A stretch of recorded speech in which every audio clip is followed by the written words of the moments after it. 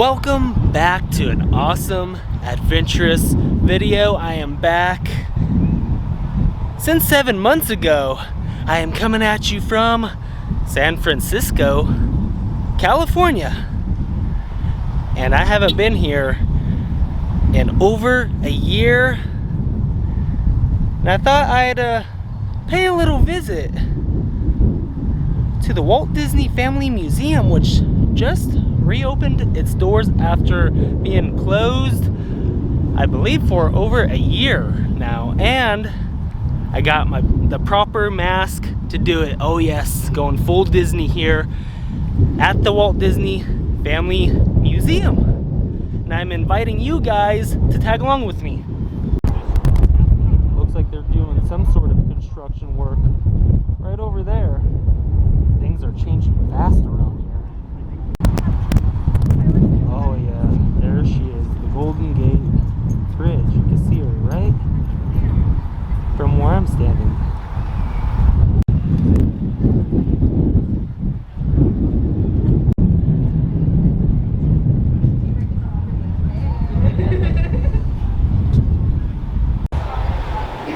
So they lined the walkway with these social distancing tapes.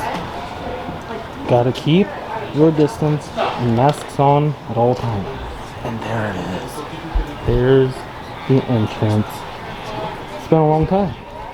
So upon entering, it's a tad bit different. Normally they're sitting behind there. They do have some plexiglass up, but they are over there. And they are making you sanitize. And they have stylus and headphones, along with a mobile app. It's a tad bit different than when I was here about a year ago. This is always my favorite part. Right here, right when you walk in, it's all of Walt Disney's awards and achievements. This over here is one of my favorites. One of my all-time favorites is that one right there. His achievement for Snow White and the 7 Dwarfs. Oh, thank you. Has one big one and then 7 little ones. Another one of my favorite pieces is right here, a recreation of Walt Disney's apartment, which is above the firehouse at Disneyland that you can still visit till this day. See right there, there's a photo of Walt Disney and his grandchildren and his wife Lily just hanging out in the apartment. And over here is Ron and Diane Miller, which is Walt Disney's daughter and son-in-law. Lily and Walt and Sharon as well in the apartment. And then over here is the apartment, which is above the firehouse, that you can still take a tour of till this day. It's pretty awesome. This one right here is pretty awesome. This is the key to the city of San Francisco, which was given to Walt in 1958. Now into the family history. Never designated. Go this way. There is Walt Disney at 9 months old. Without him, none of this would even be possible. We wouldn't have the Disney Company, Disneyland, all of these great things.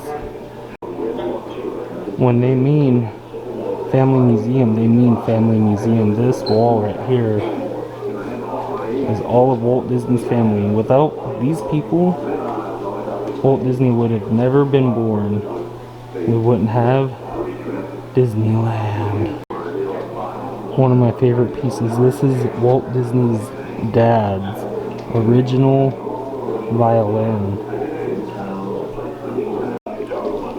I misread fiddle.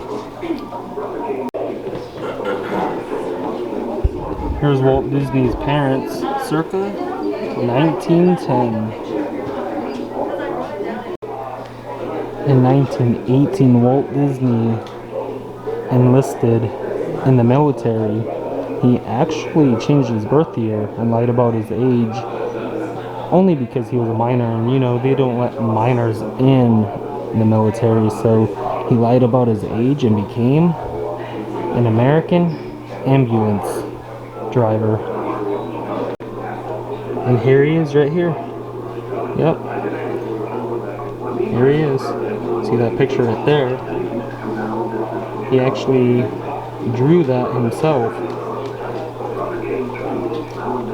He was always into art. It's pretty awesome.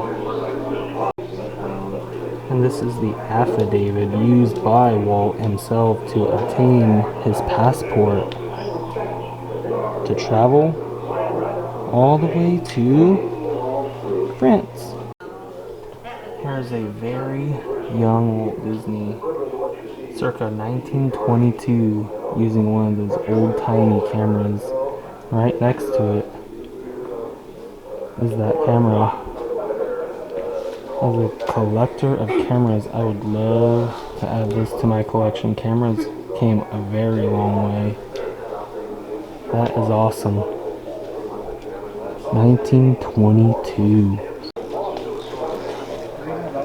And this is the original Laugh-O-Gram studio, circa 1922 in Kansas City. Walt's studio indeed was on the second floor of this building on the far right. You can still visit this building till this day. And up we go. It's pretty cool. It's in the style of the Santa Fe Railroad. Aborting the train. And this sign is warning you, one person or party at a time. They've got stairways available, which is what I used a year ago.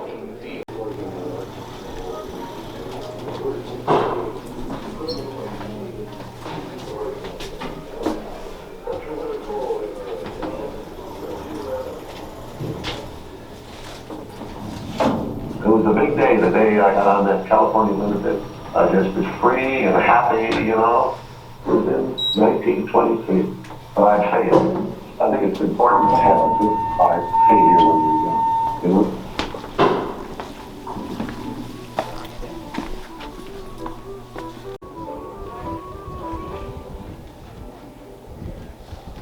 Hollywood Land. Back when it was called Hollywood Land.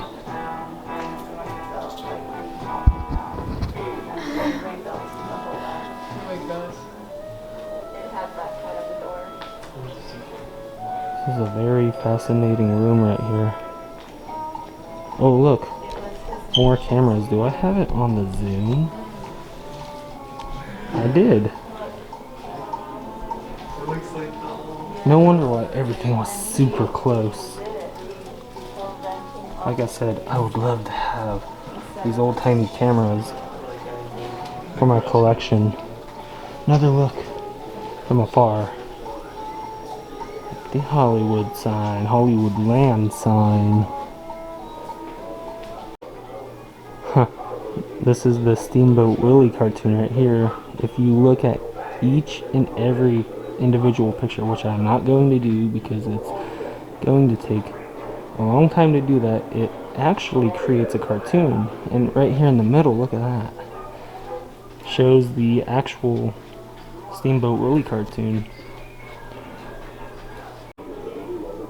So the last time I was here, this was indeed open because, you know, pandemic wasn't real, wasn't here.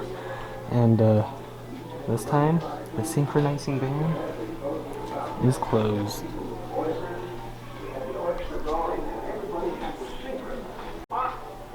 The ultimate Mickey Mouse collection.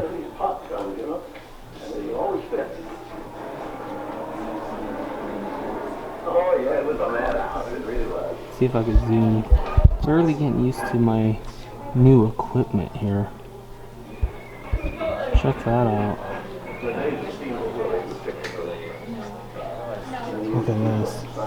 Look at that. Old bike. You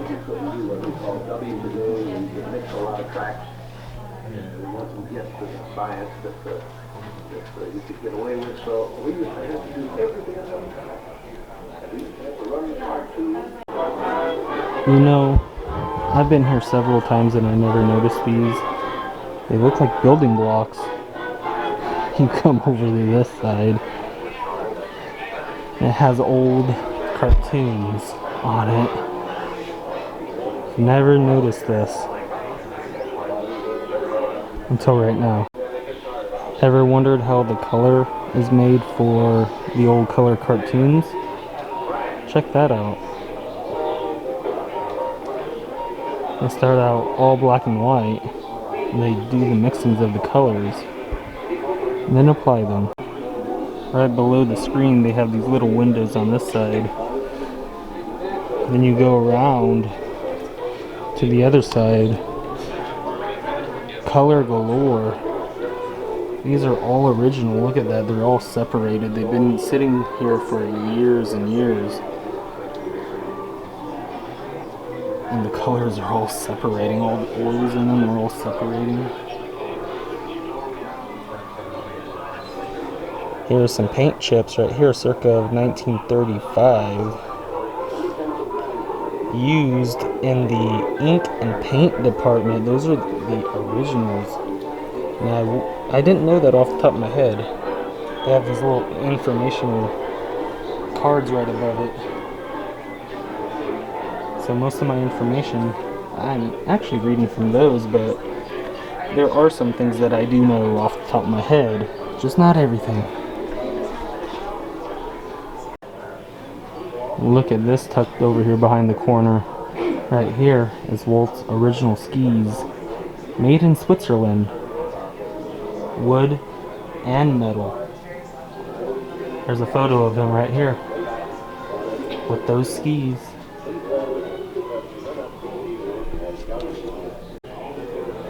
Look at this, they placed these right here alongside the bench. Someone sits there on the corner. Then you gotta keep 6 feet apart. Someone sits there, and so on and so forth.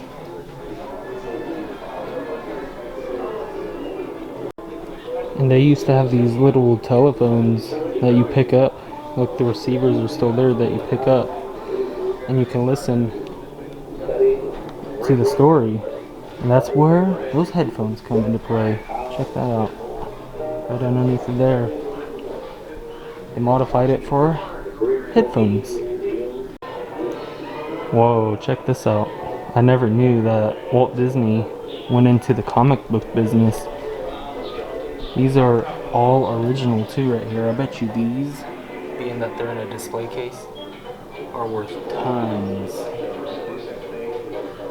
There's some more down here. This one's opened to where you can actually read that page. That is awesome.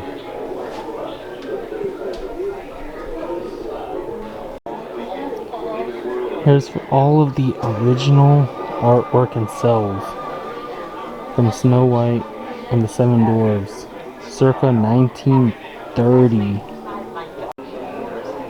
This is pretty cool. This is Grace Christensen's production test notes, circa 1937. Ink and paper, graphite and colored pencil on paper. This was a gift of Ron Miller, Walt Disney's son-in-law. That is awesome. 1937. Wow. No, I was hoping this was open. This is temporarily closed. Last time I was here, I messed around with this. It's pretty awesome. You turn the knob right there, the handle, and you create a little cartoon and it appears on that screen. This section right here is dedicated to the premiere of Snow White and the Seven Dwarfs, circa December 21st, 1937. And this one's pretty cool right here. This is one of the premiere programs from 1937. From the premiere, it took place at the Carthay Circle Theater in LA. It was a wonderful place. Walt had real new ideas about what working space should be. He had all the furniture designed by someone special, and there was air conditioning in it. I love this right here. This is what it would have looked like at an animator's desk in the Walt Disney Studios back in the day. Minus the screen, because they didn't have that kind of technology back then. This is not original. This is actually a reproduction of what it would have looked like. Can you imagine being an animator and having the man himself, Walt Disney, be your boss? Whatever you do, do not look down. And yes, their animators indeed went on strike. Labor unrest erupted at the Disney studio in the spring of 1941. After an escalating series of confrontations, a group of Disney artists walked out on May 28th and declared a strike. The other artists in the studio said, don't believe in Walt Disney or not. With me. I said,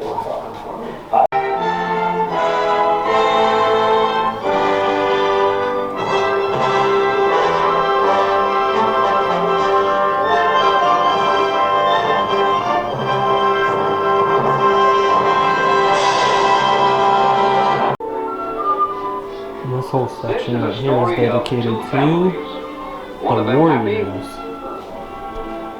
one of them sad. That part with the American flag was cool, that's why I captured it.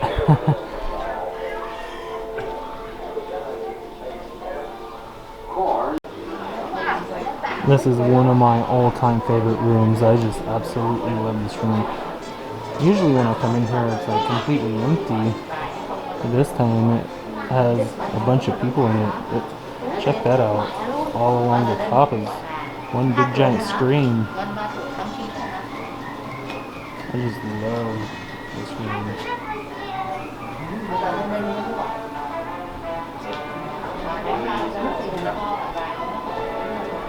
It's like I have a bunch of favorite rooms in this whole museum, but this is one of my top favorite rooms out of all of them. So this is the Mitchell underwater camera, which it shoots 1048 frames per second with a Bosch and Lomb lens, which is made of metal, plastic, and glass. And right next to it is the scale model, which is made of plastic. And they shot that with this camera to make it look like that they were filming an underwater scene with an actual submarine from the movie 20,000 Leagues Under the Sea.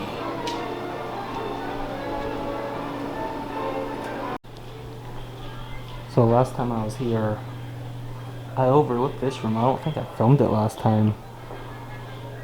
This is all of Walt Disney's knickknacks, paddywhacks, and possibly Give a Dog a Bone. Memorabilia stuff that he actually collected over the years. All of this belonged to Walt himself. That is awesome. And you know Walt Disney loved his Jell-O and chili. Hey, that's a great brand right there. That's the brand that I always have.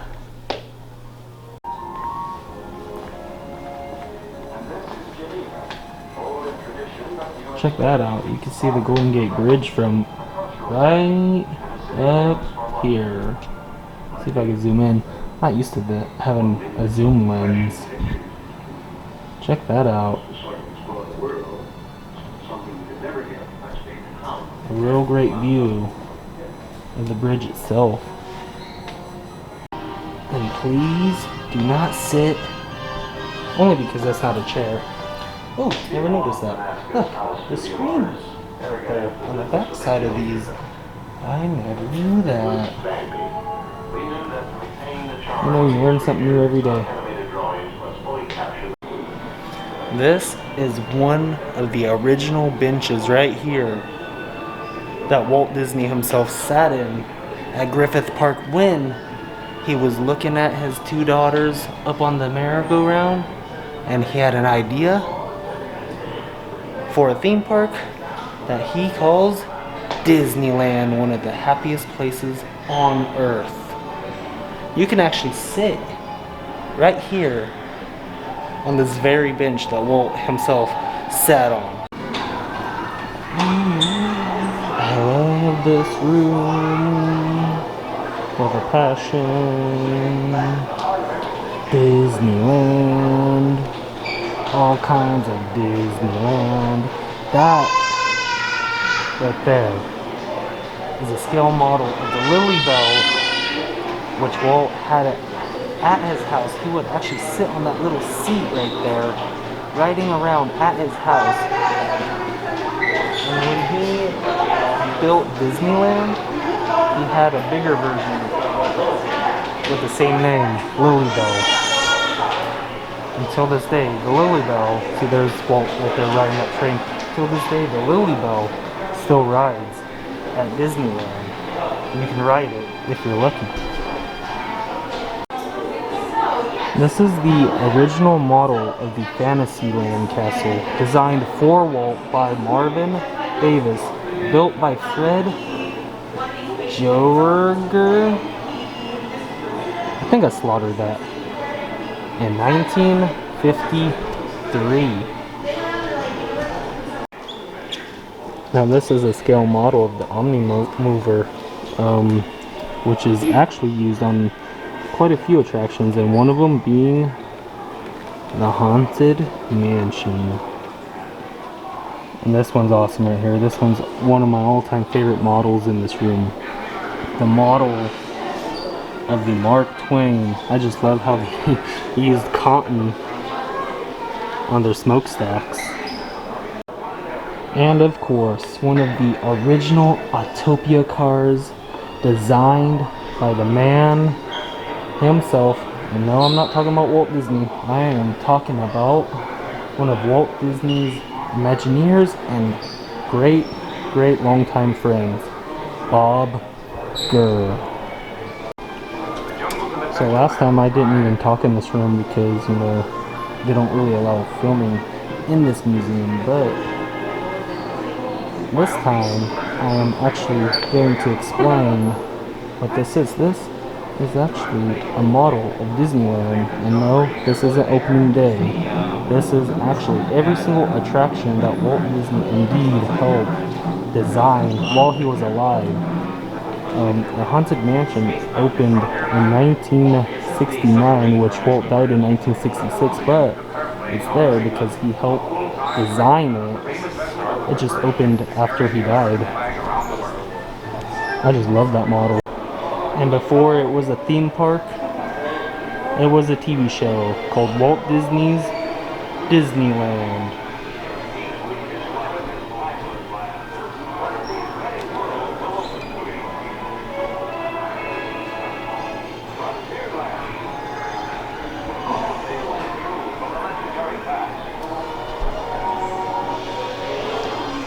Off to the next section. Ever wondered what the innards of Abraham Lincoln look like? There it is right there. Not just Lincoln, but every animatronic at Disneyland. Even has a little diagram over there on what the innards of a audio animatronic looks like. No, I was hoping this was open. It's temporarily closed. Pretty much you control little Jose right there and make some tiki room magic with the audio animatronic.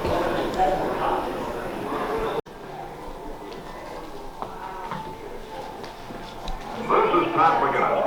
At 9:35 a.m. today at St. Joseph's Hospital in Burbank, California, Walt Disney, the master of an entertainment empire, the most complete and influential showman of this generation, died. He was just 10 days past his 65th birthday. We heard the news that Walt Disney had passed away. And I'll tell you, it was like, you couldn't believe it. No, it must be some misreporting. How could Walt be dead? He was just here. That So much left is to do. the original news broadcast when Walt Disney passed away. This is one of my least favorite rooms, only because it's a very, very emotional room. Especially with all of this art on the day Walt Disney died, back on December of 1966. I saw people being up to their cause. And they ended up being here. Last time I just put music on the top of this and did like a little up-close shot montage, but this time I'm actually going to explain what this is. This is all of the lifetime achievements of Walt Disney and all of his fondest memories and all kinds of quotes throughout his whole entire life and career, and it's on both sides. You must be only one of millions and millions of people that are suffering.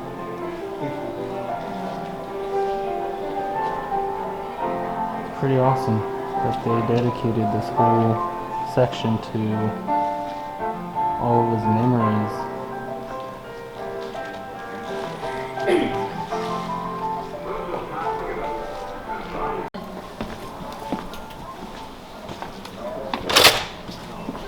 When you have a moment, we have excess hand sanitizer in the drawer.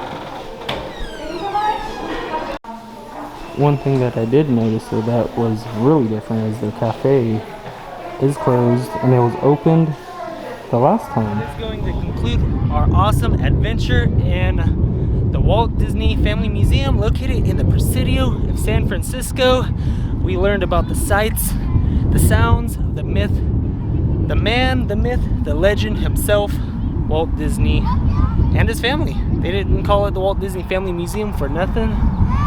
If you're new here, please subscribe and hit that bell notification. It will keep you guys up to date on the next adventure that I embark on. Also, I will put the link to last time's video when I went here in the description down below.